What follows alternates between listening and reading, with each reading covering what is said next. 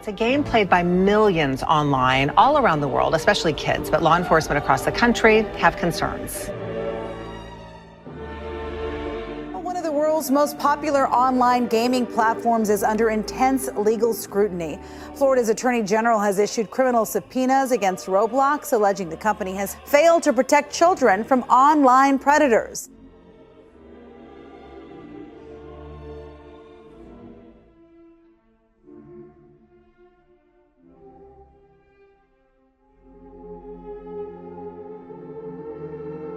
Roblox just banned the guy that got 6 predators arrested. It's crazy.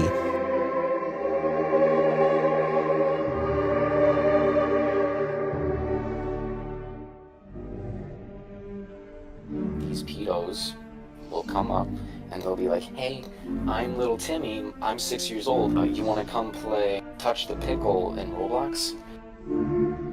I had no idea.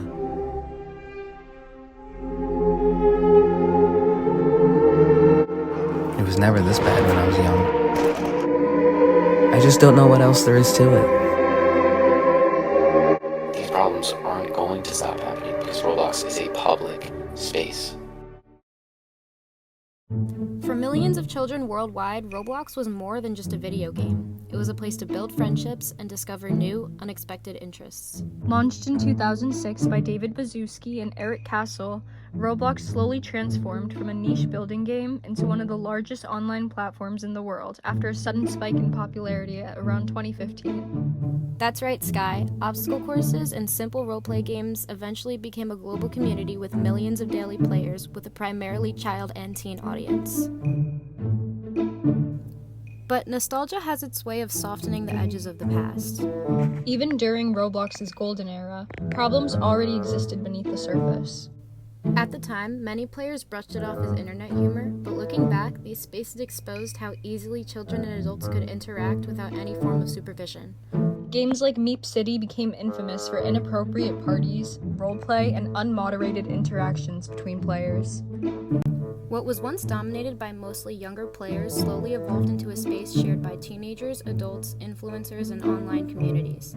Features like voice chat introduced a whole new level of interaction between players. As Roblox expanded, so did concerns about moderation, exploitation, and online safety. While intended to create more immersive communication, voice chat also raised concerns about harassment, inappropriate conversations, and the difficulty of moderating live interactions in real time. Private messaging created similar concerns.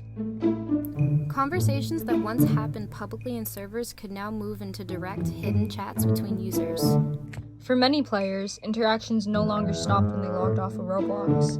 Large parts of the community began moving onto platforms like Discord, where Roblox groups, trading communities, and private servers continued to grow outside of Roblox's moderation systems. These outside communities often blurred the lines between gaming spaces and unmonitored social networks. Games became more competitive, social interactions became more mature, and certain spaces became increasingly inappropriate for younger audiences. As Roblox content exploded online, controversy also became profitable. At the same time, Roblox's audience itself was aging. Players who grew up on Roblox stayed on the platform into their teens and adulthood, fundamentally changing the atmosphere of the community. Over time, many players began to feel that the platform's culture had shifted away from creativity and toward constant engagement, controversy, and viral content. For older players, the Roblox they remembered was slowly becoming harder to recognize. To understand how the platform changed over time, we spoke to the experts. Longtime Discord players who grew up on Roblox during its earlier years. How long have you guys been playing Roblox? I've been playing Roblox since 2019, or as far back as 2017. I've been playing Roblox since like 2014. Okay. What originally made Roblox feel like a fun or unique game to you?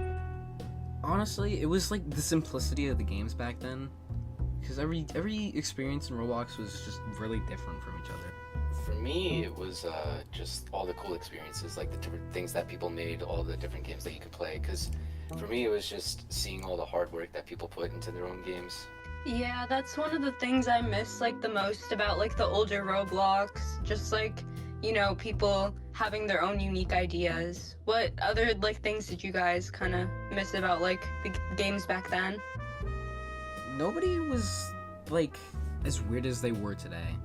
Like everybody was like simple and just kept to themselves mostly.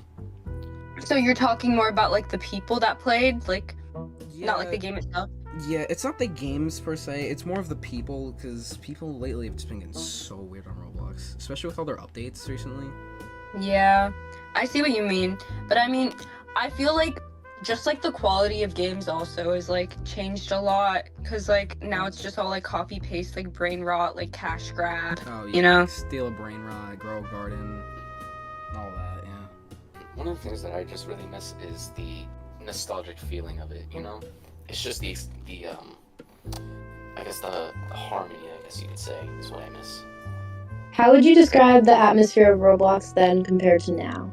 The atmosphere from back then really was for me. It was just like, it was a lot more open, and you didn't have to worry about these random predators coming up and, you know, snatching your kid like they're a bald eagle swooping down to pick up a mouse or something. It just felt safer, and I'm sure that it wasn't that much safer back then, but people just weren't as socially awkward and weird back then, I guess, which probably leads to these predators being, you know, reborn, like, honestly. Yeah.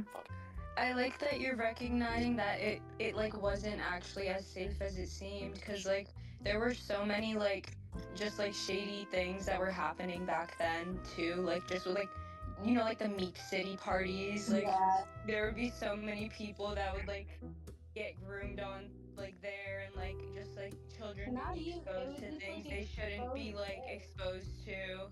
I agree with what you're saying now, like with like how it used to be more like people would like socialize, because like now with like the age range feature where like you can only talk to people in your age range, it's like pedophiles can pick the age range they want to talk to, and then like adults like won't be able to see like the conversations that they're having with those kids, because only the kids are going to be able to see like the messages.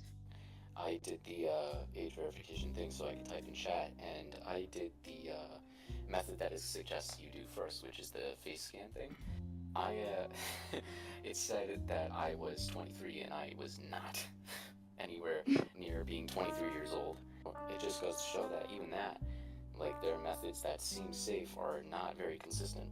It's not gonna keep kids safe if it's not like a consistent and solid foundation. Like, if your Face ID scan is not getting an accurate age, if it's saying that like, a minor at the time is 25, like, that's just not the right age group that person should be talking if we're gonna do these separated chats.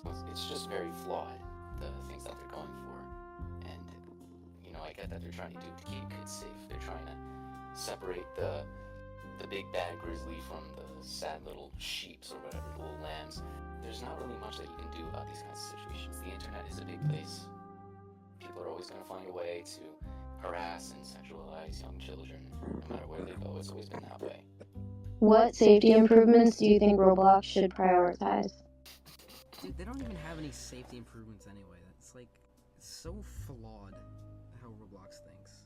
Like, they think their platform is so safe, but it's really not, because they just make it easier and easier for pedophiles and, like, groomers to just talk to kids. I get what you're trying to say. It's like a isolation situation, where they're isolating these kids into certain chats, which is what I've been trying to say. It's just on sites like Roblox, and like I was saying earlier, with these faulty age verification things, you can't really prevent these people from talking to minors. Would you guys say that you think inappropriate behavior and like just the way that players communicate with each other has become too normalized within parts of like the community? Honestly, I would say yeah, because like some people act as other people's pets now. It's so crazy. Do you remember when they were doing the when those e-daters were doing that accessory on their chest to make it look like they had breasts? Oh my goodness, they make it nowadays where it's literally just like R6 woman avatar, and it's just like the basic Roblox girl avatar, but they have massive breasts, and it's so dumb. It's literally, I can't even. I wouldn't want my kid to look at a Roblox character with giant tits. And yeah, definitely this kind of inappropriate accessories and behavior and stuff, saying like, oh, bark for me, blah blah blah. All this disgusting stuff that makes me want to vomit. You know, I think it is normalized too much, especially like no matter where you go. Like me and over here we'll play games. One of them is Jujutsu Shenanigans. We'll play that. It's supposed to be a fighting game, but you'll see a lot of people having these sexualized avatars. With that, like, what advice would you give younger players about staying safe, like online or on the game? Get the fuck off the internet. If you're below 13,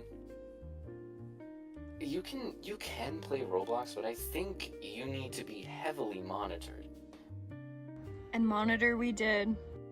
But during our investigation, we encountered something far more direct.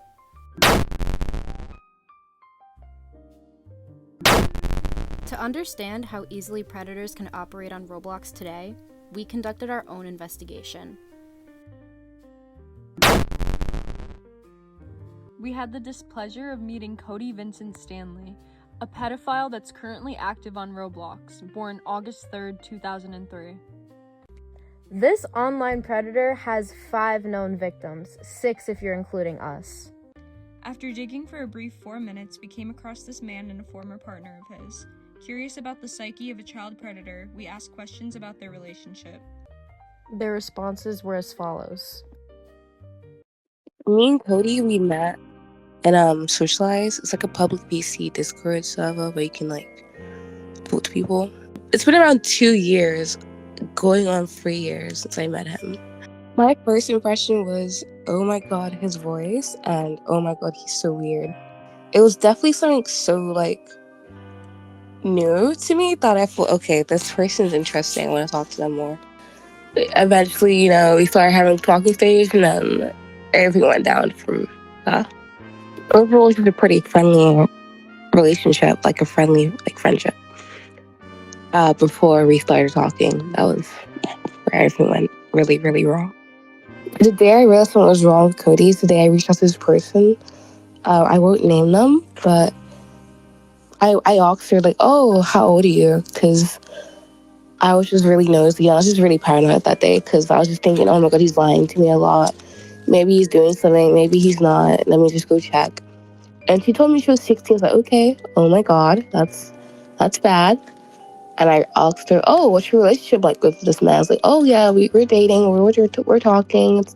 I think they were like, oh, do you know him? Like, nah, I don't know him. And then the whole day I was just thinking, like, oh, how do I confront him about it? So I confront him about it. And he's like, oh, it's only 2 years. I went, okay, I guess. It's still weird, but whatever. You're 16, he's 18.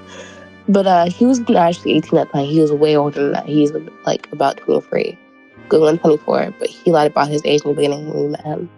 I knew all the victims. I knew all his victims because he didn't really like cover up his tracks that well because he didn't think he'd get caught, which is great for me. And the thing is, I was so like disgusted by it. I was like, I wonder if this person's a victim too, and they were a victim. I wonder if this person's a victim too, they were a victim. To the point where he started saying to like his new victims, don't tell anything to this person because they will get me like in trouble. And the thing is, all the victims, whenever they just like started to break down because this person was so disgusting, they would reach out to me and then tell me like everything about Cody and what he's doing. I think I've spoken to about 5 victims. I think 5 victims. There's probably more that I know about, but they're probably still being groomed, so they still want to tell me about anything. So they would like deny allegations I would make about them because he had little kids surrounding him, like befriending him, and he always said like, oh, it's not weird, like I'm not doing anything, it's not weird.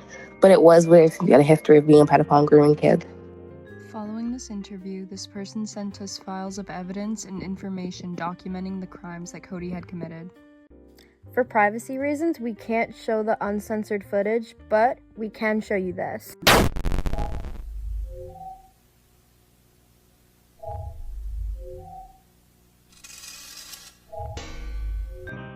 You seen baby? What the heck? How did you find that out? How did you find baby? Ready to stream it? You're getting attached right now, and look what happened, right? You just blew up the whole spot about me saying I love you to you. So what's next? If I eat sex, you better gonna tell Tui that we eat sex, bro? Like, it's not funny. Then she just said, your son Cody's talking to a 14-year-old. Go check him when he's doing.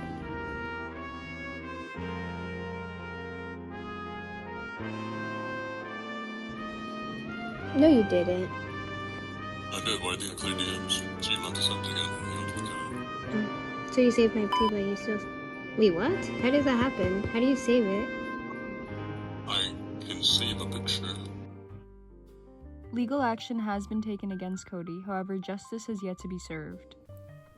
The tragedy isn't that Roblox changed, it's that an entire generation grew up believing that these spaces were safer than they really were. Watch your kids, genuinely, and watch them even when they're watching YouTube. Watch them when they're on their iPad. Like, keep an eye on what your kid's doing on the internet.